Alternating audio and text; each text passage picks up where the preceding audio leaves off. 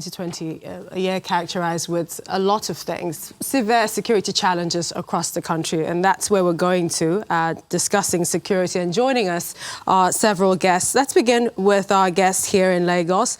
We have Juliet Benite, representing the Institute for National Transformation. Thank you for joining us. Thank you, ma'am. We also have Emmanuel Dina, a public affairs analyst. Thank you for joining us. Thank you. Welcome. From Abuja studio, Major General John Enenche. Thank you for joining us. Thank you for having me in your studio. And Professor Khalifa Dikwa, a public affairs analyst. He joins us from our Borno studios. Thank you for joining us. Okay, so let's start off here in Lagos. Wow, what can we do with our security? Well, let me start with you, Mrs. Benite. Yes, it came with its own challenges as well. The year 2020, as much as we had COVID, but security is even a huge challenge, and it still is, because governments, everyone's still trying to look over their shoulders and trying to see, do we get things right? Where do we miss it? How do we correct it? How did it come across to you? Well, 2020 just revealed in deeper ways that we had serious security problems. 2020 did not create the security problems we have in Nigeria. It just revealed it more. And with students out of school, poverty on the rise, people not sure whether their government is concerned about them, the heightening of everything. Things were not even managed before COVID-19. We had the issue of Boko Haram. We had the issue of Fulani Herdsmen terrorists. We had many other issues of kidnapping in the east and the west. Everywhere across the nation, there were security issues. So by the time COVID-19 presented itself, the pandemic just simply unveiled deeper that Nigeria's security apparatus and everything concerning security had an issue.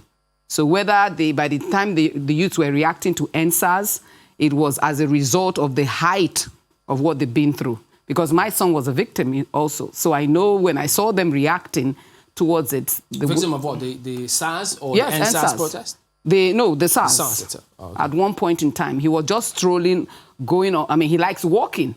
So he said he would rather walk than take a cab. Then they grabbed him. And he said he just felt in his heart that he should run. And I was even telling him, I said, why do you think you should run if they had shot you? He said, Mom, they didn't have a uniform, their car was unmarked, and he just felt that maybe they were kidnappers. So he tore his shirt, so he came home with a torn shirt. So I met the police stand in that area. I said, what's happening here? I heard that there's an unmarked vehicle picking up boys. Somebody just told me, confirmed that it's not today it's been happening. He said, oh, madam, na SARS. I said, na SARS. You know, I was shocked, and that was 2 years ago. So we have been having these issues, and I think that the pandemic 2020, for many nations, just simply exposed the gravity of what was happening within its sectors. And institutionally, we saw that our security institutions, with the biggest, had many issues. So this is not just the military issue, the police issue, or private security, the rise of Omotekon, and all the issues and the noise is as a result that Nigeria has not paid the price to establish her security apparatus commensurate to her democracy. Because what we have a lot of security issues that has to do with how we look at security and what their roles are. So there need to be a total overhaul. So 2020 just unveiled it, and I hope that even as we go into 2021, we begin to look in detail as the institutional issues, not just the activities of what this whole apparatus is all about. Mm-hmm. Still talking about security, I'd like to bring in Major General John Enenche, and this is first to get your overview of, perhaps from your position as a spokesperson, the Nigerian military, what you think security, how you would describe security in 2020. Thank you for that question. What I can say from our perspective, the armed forces, the security situation for year 2020 was one that was unpredicted. It did not follow the projections that we made at the beginning of the year. The simple reason being that some other societal challenges came in, which tended or seemed to hiked up the rate of insecurity. And these are just two major ones, the NSAS, which came after the COVID pandemic. We realized that the projections we had, packaged alongside the expectations of progressive development, progressive improvement in the area of equipping, training, and other things to tackle the challenges we had at hand at the beginning of the year. The dynamics, everything just changed just from March this year. So we can state it clearly that it was a complex situation for us that we had to manage with a lot of ingenuity and a lot of thinking out of the box for us. So it was not a straightforward thing at all. For us, it was a complex situation that we needed to think out of the box to be able to be where we are as at today. So 2020 for us was a year of mixed feelings, of not having to follow the path of your earlier projections and plans that you will make at the beginning of the year to take you to the end of the year, because it was truncated with, like I said earlier on, with the fallout from COVID-19 and then the NSAS issue, which made it to appear as if, of course, it is the truth that there was a change even in the criminality. Criminality tended to increase, So that is the way we see it. And having that in view, we have taken our lessons. There's what we call lessons learned from after-action review. After-action review has given us and exposed some of the things that we needed to do so that we can now be better positioned to work and then tackle all the challenges ahead of us for 2021. Well, Major General Nenche, if I could follow up on some of those issues you've raised, when people hear that some of those things were not part of the projections or the intelligence community missed out on some information, they wonder, because there were several notices. In fact, there was even one from a risk assessment firm, Verisk Maplecroft. They did this analysis and then they published it in July, way before even the NSAS one came through, that as a result of some of these, COVID, for instance, Nigeria was among the 37 countries that they said was going to be a high-risk area where there'll be a perfect storm, there'll be protests as a result of these things. So how come the intelligence agencies miss some of these reports that are usually out there? If you are talking about intelligence agencies, intelligence agencies is not strictly the military. When you talk about intelligence agencies, I want to believe that you are talking about, first and foremost, the state service, among others, state services leading it with the police and others, not strictly military. But again, looking at, when I talk about military projections, they are different. Completely, people don't even sometimes understand the way it is on the ground. When we have our strategic plans packaged with our projections, we take just a little look at, as per what you just talked about, mentioned all these other people, all these other groups, organizations that come up with their own various is it plans or projections or estimates or whatever. We call it estimates. So we do our own estimate based on various indices. And that is what we do. And that was what we did. And like you said, the way the COVID-19 came, the lockdown, nobody thought of lockdown as at the time when COVID-19 was exposed in December 2019, that a virus has come like this, from China and all. Nobody thought that a measure was going to be like lockdown. And the lockdown actually, brought some issues out. And then some things happened as a fallout from the lockdown. The same thing with the NSAS. If they talked about NSAS, nobody knew NSAS was going to be hijacked. Eventually it was hijacked, and you can imagine what happened. So it is not a question of the failure. For me, permit me to speak now for the armed forces and security agencies. It's not strictly a failure of intelligence.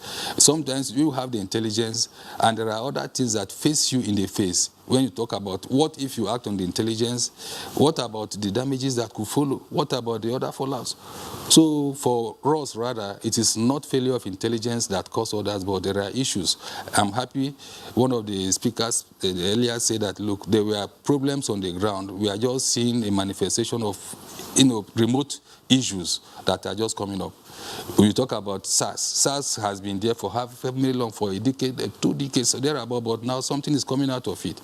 We talk about the COVID. COVID, there were variants of that kind of viruses that affect the respiratory tract, only for this variant to come out with so many propositions that it must have resulted from that. So for us, I don't think it is an issue of intelligence failure. Some people may look at it that way, but no. Well, it is not true.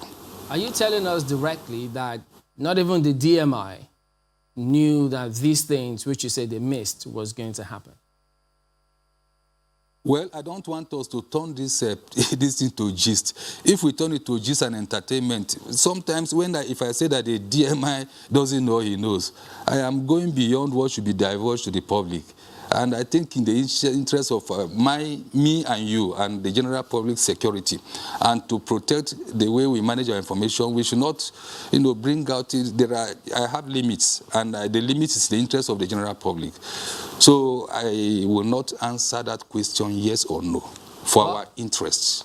I'm only following up what you've said, that you didn't see that coming. Nobody knew it was going to be hijacked. Those were your words. So it's just a follow-up of what you already said. But not to worry. Let me bring it back here. Mr. Dania is here as well. Can you relate to some of what he said? I probably would start with, and I think that the question that you asked the gentleman was a very appropriate question. I don't think it was out of line. And I think when we have meetings and talks like this, we should all be very sincere with, the things that we say. And I think that is, what the problem is in this country, that at every level, there's no sincerity. What particularly bothers me is the security agencies in Nigeria. I grew up, with great admiration for the Nigerian army, for the Nigerian police, and for the security agencies. And I'm sure that many of them today will agree with me that where these institutions are today is far from where it should be. And I hope that there will be individuals amongst them who would understand the gravity of this and would ensure that they restore, the dignity of these institutions. When the gentleman said that they did not see the projection, it's anywhere in the world, every country in the world had the same situations we had. They had the COVID pandemic. They had, in the US, they had civil unrest that was worse than the NSAS. Mm-hmm. But the security institutions there, because they were all working together cohesively, were able to work and maintain, to an extent, law and order. In other words, there were things that were predicted and they saw. Perhaps maybe we are giving too much responsibility to the table, the doorstep of the Nigerian army, because, like you rightly said, it's not in there. It's not just the army. They're all other agencies, and what this shows that we've always known is that there's no synergy in all of them, because if they had synergy, everyone should be fully informed about the security architecture of the country. So, like she rightly said, it's just exposed a huge, humongous gap. Nowhere in any nation should we have, a security agency say to the people, that our projections weren't right. It's unacceptable. I'm sorry. It's totally, completely unacceptable. Then what are you there for? What are we paying you for? What's the purpose of your existence? If you can't carry out the responsibility given to you to protect the citizens, you are put there to think, to project, to expect, the unexpected.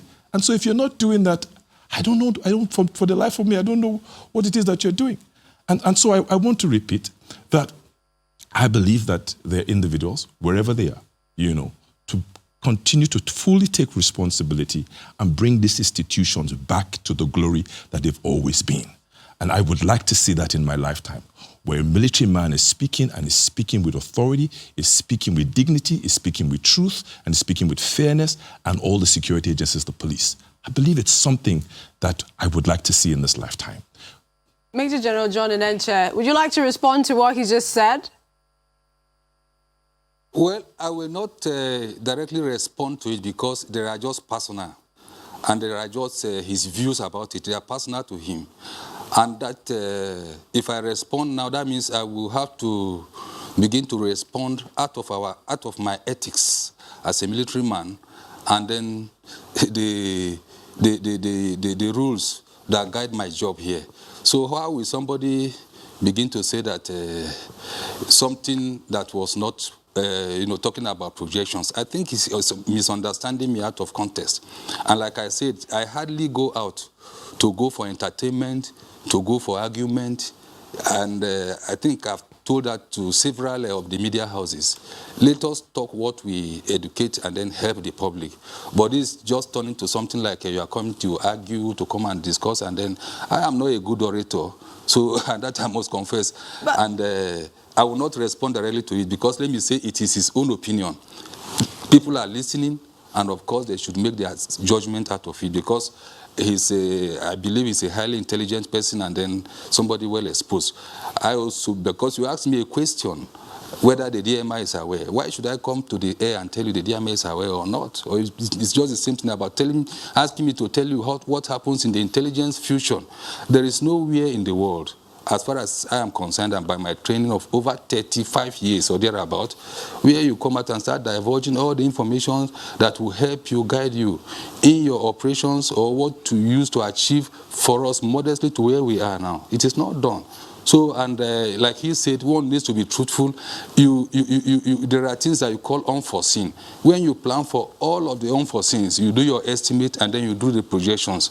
And then the projections like we did and we normally do, yes, of course, nobody knew that NSAS was going to become what? Going to turn violent, was going to be hijacked. Nobody knew that at a particular point in time that there would be lockdown. Or there were going to be a lockdown. The lockdown brought a lot of things. Those were the things I was talking about. Not that we did not have projection plans for exchange of cases. And if not for the plans that we have, I believe that it would have gotten out of hand in a way that is not unimaginable. Just give us a moment. So we need to go to break. But we'll come back and continue this conversation in just a moment. Join us again.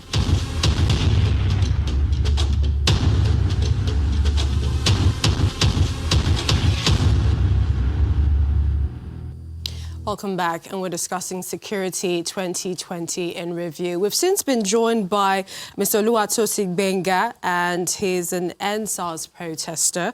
We'd like to thank you for joining us. He joins us via Zoom. Just quickly ask you, and this is perhaps, no one saw NSAS when it started, and to the point, the aftermath as well, and what we've seen, and this is the judicial panels across the country. But tell us briefly about your experience, that moment, perhaps up to this point, if indeed you felt the protest, going out to protest at that time, that, there was some sort of success. Yeah, absolutely. We didn't actually get the right success and what we wanted to achieve eventually. But the fact of the matter is that NSAS protest actually radiates across the world. So we got global attention to so many e-governance happening in Nigeria, all right? So everybody's aware about so many things that is actually happening here. Personally, I've been I've had direct experience with police officers who have extorted, my brother to the tune of about 250,000 naira right here in Lagos. So the protest is a bit kind of very, very personal to me, around the fact that this is actually the time that we're supposed to stand up and actually fight against police brutality. If you have followed through the trend as it has happened from previous years, you know that the agitation against NSAS has started since 2017.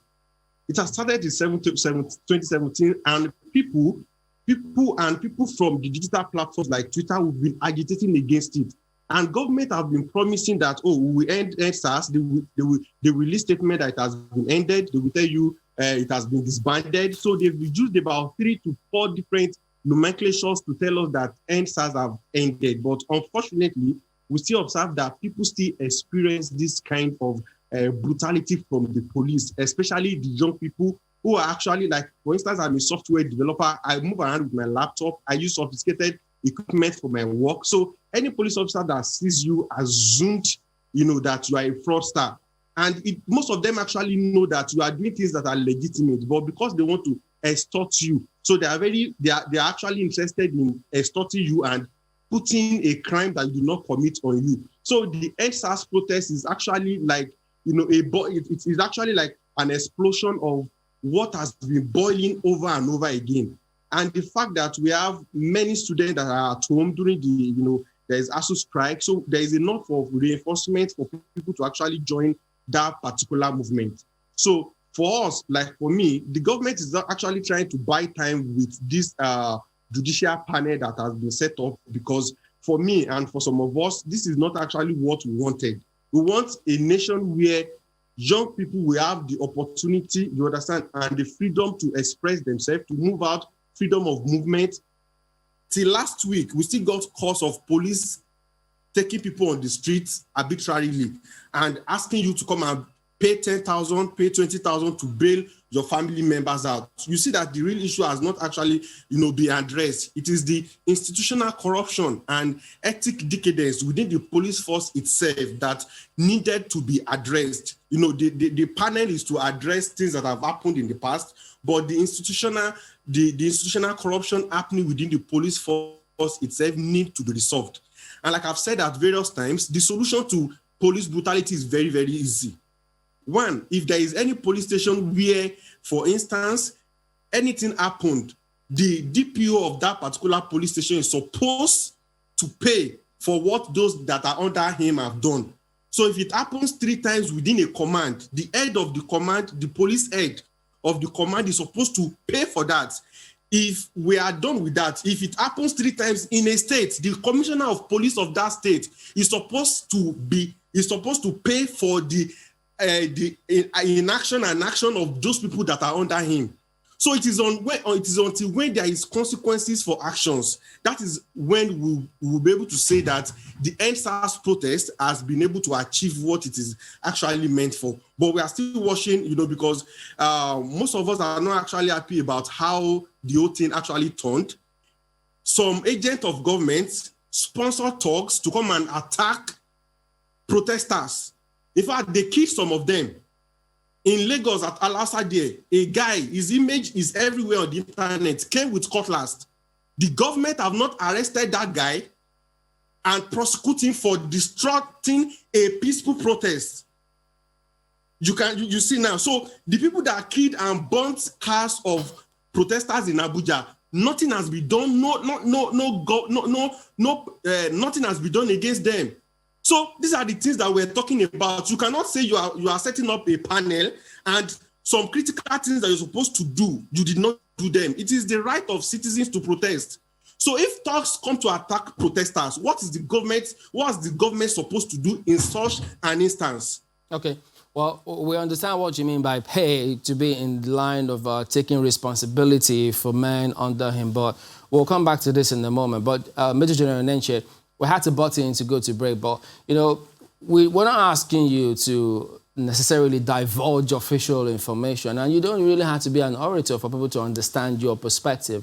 You were making the point earlier, but we also believe that, look, it's about perception. People are watching you, listening to you, because, you heard them say here that they grew up with admiration for the Nigerian army, so it won't be out of place to let people believe in the work that you are doing. But could you go ahead and conclude the thought, that the point you were making before we went to break? Well, I will not go further than what I have said. As at the time it cut me short, I think I've said what I wanted to say. So that is it. Okay, then, but we'll come back to that as we progress. Let's go to Professor Khalifa Dikwa, who's a public affairs analyst, joining us from our Borno studio. Thank you for your patience. We're discussing security 2020. When you look at the situation in the Northeast and the Northwest, compare it to 2019, would you say that 2020 was better off? How would you analyze it?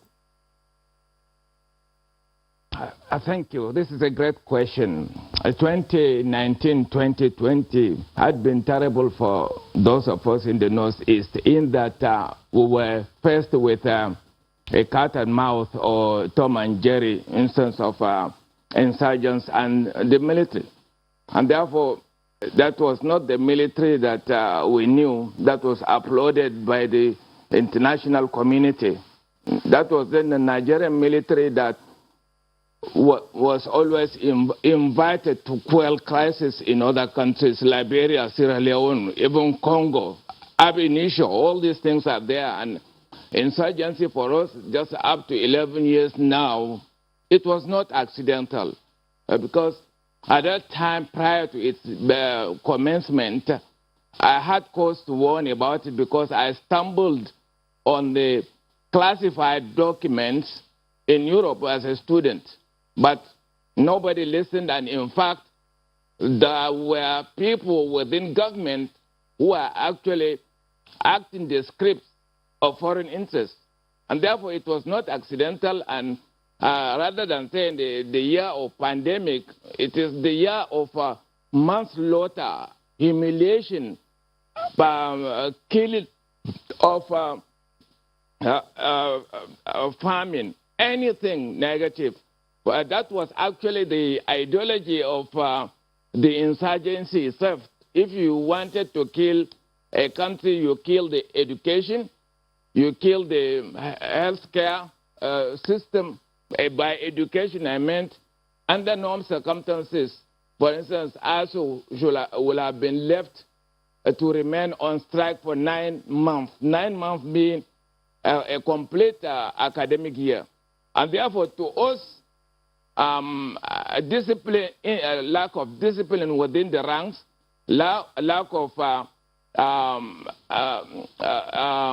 cooperation among the security and defense agencies, it is about just grandstanding and lack of query, particularly from the leadership.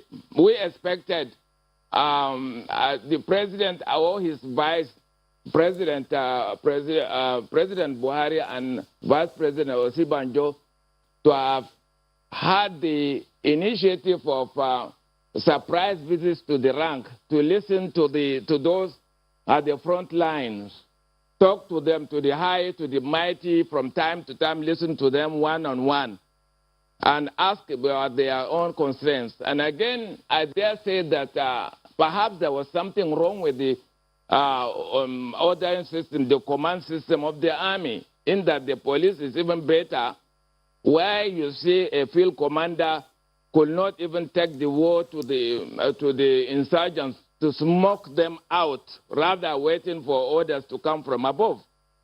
And therefore, the police, for instance, if faced with danger, the police will defend himself, but at least neutralize the enemy before waiting for orders and so on. And to us, Northeast was not, like I earlier said, it was not accidental, it was planned, and it was waiting for the leadership under a democracy to implement it. That is how, look at Nigeria, is the only country without foreign troops. Even if there may be just a technical so and so on. And it was just about neutralizing or pulling down Nigeria, not to allow it to stand as a leader of the continent, lead the continent into peace, lead the continent into having to deal with internal, intra-continental trading, lead the country to at least have 5 regional currencies, and so on. And imagine, you see, Nigeria, for instance, is not different from Congo. You remember the first speech of the first and only Prime Minister of Nigeria, Tafawa Balewa, who spoke about Congo, restoring peace to Congo. And that country, Congo, is still at war, despite it having diamonds, gold, gas, oil. And it is the same thing with Nigeria. It is about economic war economy that was being planned from outside, and that it had to have certain people who are likely to compromise the security and defense of the country. Had we had the president or his deputy coming after any attack, anybody, when our troops were led into ambush, some heads should have rolled, because Nigeria couldn't afford to train great soldiers and so on, only to lose them to these rascals, to these idiots, to these killers who do not even know what they were doing, because they were killing and destroying their own country on behalf of foreign interests that never wanted Nigeria to be on its own. And therefore, that level of patriotism has not been there. And for some people, those who are in the public relations and so on, to be coming from time to time to tell us that the military attacked, destroyed, so insurgents, took some rifles and so on. Things that could have been finished within 11 days, 11 weeks. Today we are 11 years, and we are still counting. And therefore, what happened in Zabar Mari was just one of such instances where the media did not report. Outside Maiduguri, anything can happen, and this is a fact. And that it was not easy because of its strategic position linking Nigeria to many African countries, notably Niger, Chad, Cameroon, and up to Sudan and Central African Republic. Just to count all these countries with resources as diamond and so on. Poverty is there, war is there, anything that you can think. Nigeria is the only country without foreign troops around, and that annoys them because they are not happy that Nigeria did not open its kitchen for them to come and do one good thing and destroy 99 others.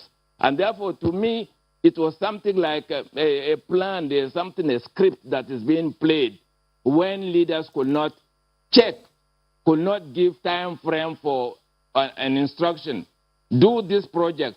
If there is something wrong, come and inform me. Within 3 months, 6 months, every minister, every chief of defense or security, as the case may be, should be able to submit a report. And that report could be cross-checked by somebody outside. The vice president, the president himself could pick a telephone and call anybody from the northeast to tell him the truth about it, rather than keeping quiet and waiting for reports to be submitted Professor Dikwa, to the presidency could you without share checks some and balances. If you can hear me, I'm trying to understand. Are you suggesting that some foreign military personnel want to come into the country, or you're asking that they come into the country? Could you clarify that point exactly? No, we are okay with foreign, but not outside the continent. If there's something like United Nations shouldering peacekeeping operation, let the troops be from within the continent, not outside the continent. And this insurgency of a thing, when I started talking about it, we said this is not a conventional warfare. And therefore, our military should invite instructors from similarly embattled states or countries like Afghanistan, Iraq, Somalia, and so on, to teach this particular guerrilla warfare to our own, so as to finish with this thing once and for all. And this did not happen. Today, 11 years, and a lot of money has been sunk. The president had given them everything they needed. All right. But Professor Dikwa, we have Major General John Enenche on, and so I know he'll have a lot to say in response to a lot of the things that you said. Major General John Enenche, while you're thinking about your response to what Professor Dikwa has said, I also want to ask, because we get the news from you a lot of the times about the airstrikes in Sambisa, one location or the other, the bombardments, the reconnaissance, the surveillance. But we also wonder, while we see all of those pictures, satellite pictures, if indeed maybe troops go on the ground to follow up or mop up on some of those activities. Well, like he rightly said, asymmetric warfare is completely different from conventional warfare. However, I think I can say this, that all our operations, whether in the northeast, northwest, across the country, they are all joint operations. And when you talk about joint operations, you have the various components, the land, maritime, and air component playing their role. And the thing we do is, of course, like you said, when the bombardments are go on, we have blocking positions, of course, that is manned by the ground troops. This time around, the people normally call them the army, but of course, you could have a mix of army, navy, and then the air force with the special forces. So it is not that once the bombardment is going on, particularly in areas where you have routouts, where they could file out of their enclaves. We manned those areas and to block them, and then we take them out also equally. So that is the way it is conducted. They are all joint operations conducted by the Army, Navy, and Air Force. You heard about the pain and the fight against insurgency for over 11 years, especially in the Northeast, from Professor Dikwa. How would you respond to that, seeing as, I mean, it's your line of duty? No, it's a fact now. There's nobody can contest that we have been fighting this insurgency, trying to contain them for the past 11 years, and it has metamorphosed from one form to the other. But what I can say is that it is rather unfortunate that all over the world, insurgency, terrorism, they are very resilient. And it's a similar thing that we are having. But for us, the encouragement is that from having controlled territories, now they don't have controlled territories on the ground where they have authorities, setting up administration. And then from where bombing, terrorism was all over the whole place, they have all been contained to, skirmishes, isolations here and there. In that way, we looked at history, and he talked about training. I would say that we are up in training, collaborating with other foreign concerns that have been in situations like ours. And like I said, it's not all like we come out to tell people that is what we are doing. So we are doing that, and he's very, very right that we have been 11 years into this now. But for us, we are making effort to ensure that it is eliminated as soon as possible. But the encouragement we have, like I said, is that the way it was some years ago when it started is not the same way now. Otherwise, somehow, because we are all concerned that what you are doing, you are not getting the expectations, particularly of the general public. Yes, it's a concern. So it is a truism that this situation is on the ground. And like I said, we have, our planning teams which review everything that we do, and the plan of today is not good enough for tomorrow in insurgency and terrorism. And that is what we are doing as we get into 2021 with hope.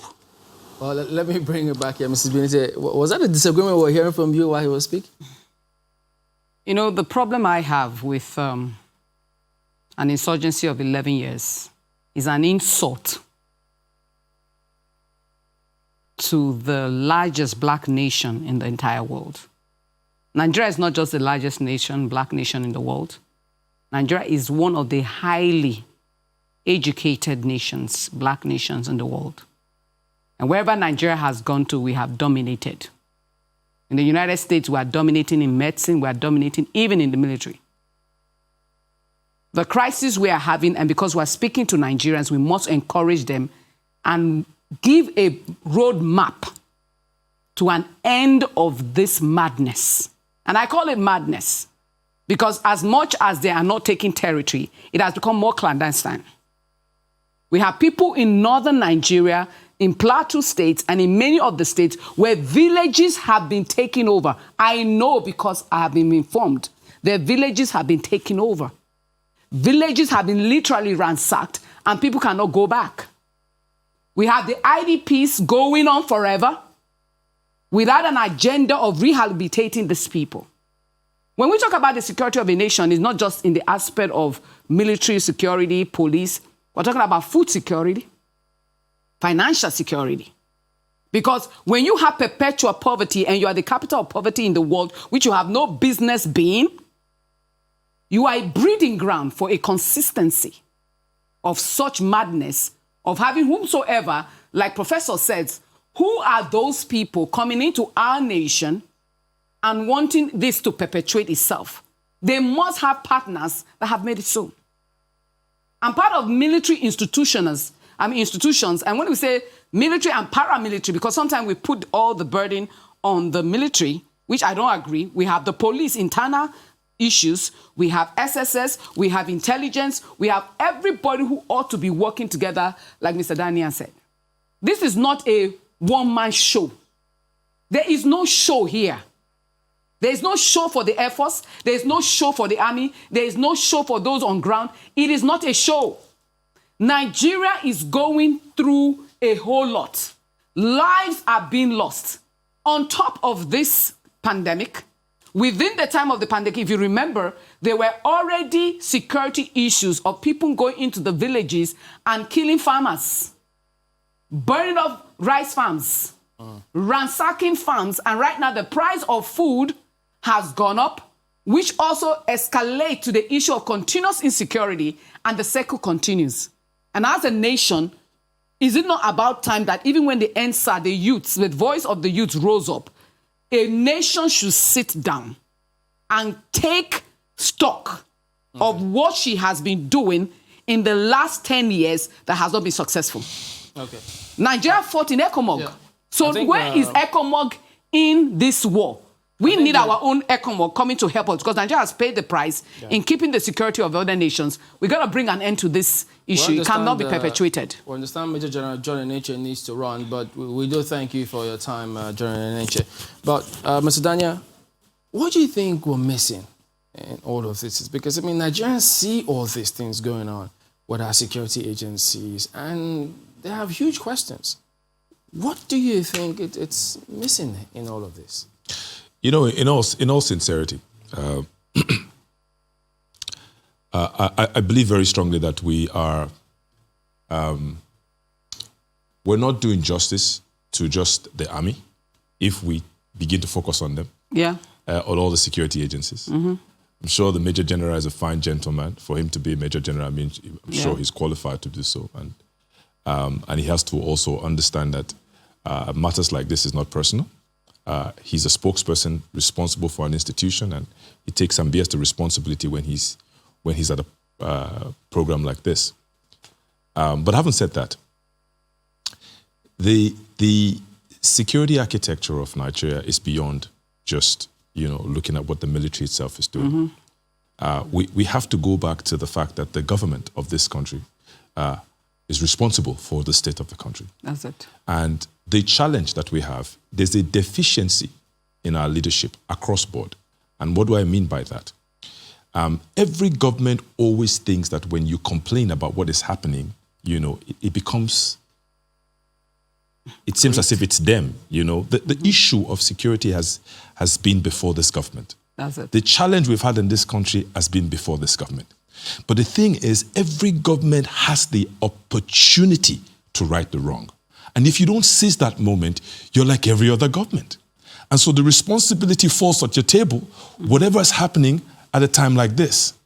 Now, the sincerity and openness, I think that the pandemic gave this government an opportunity, you understand, to win the hearts of people, to gain the hearts of people, and to regain its credibility between the people. And the reason why I'm saying that is that the pandemic, the COVID pandemic, it was clear that before they started thinking about lockdown, it was obvious that any right-thinking government would know that the citizens all across board would be faced with poverty to another level.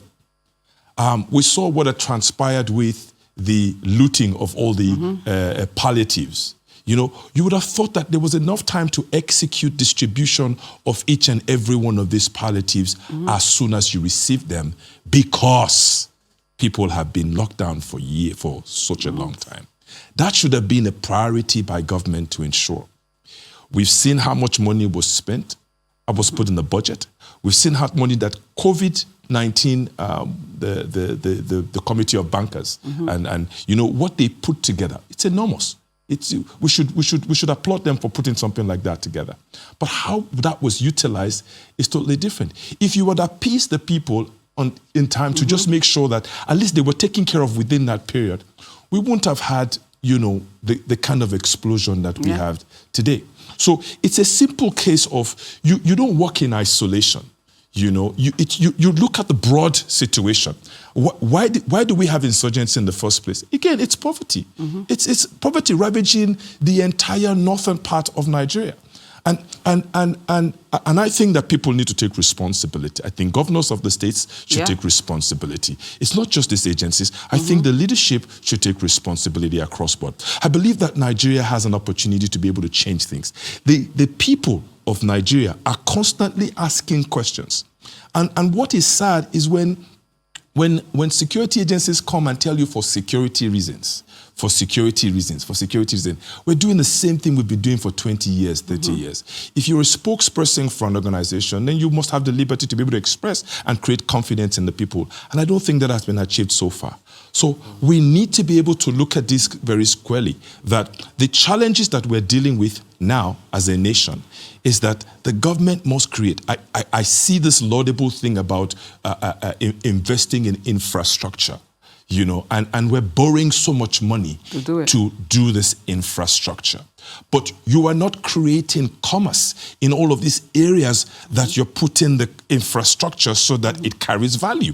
Or for instance, we have train tracks all across the northern belt, but we don't have commerce around those areas. So the things that you would expect that will begin to pay back the loan that you've taken, it's not in existence. So you're just plunging us further into debt to the point where the poverty, it's a bad situation. We're coming to those sectors, economy and then, you know, politics. But we'd really like to thank you, you know, having time to come out and discuss all of this issue.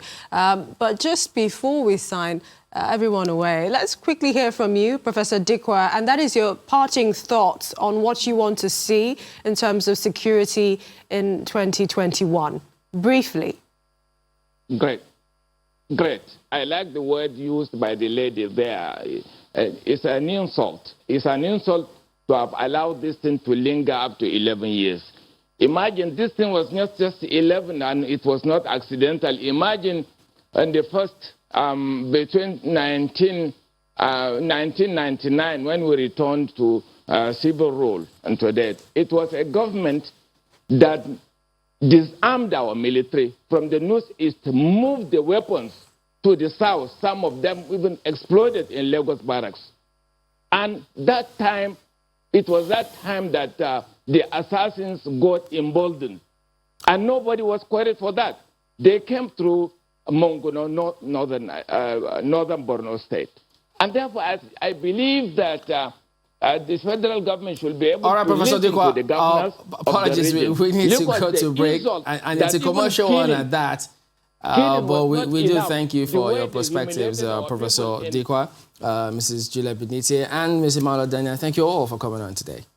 Thank you for having us. All right, the year 2020, year of pandemic. We'll be back in a moment. Stay with us.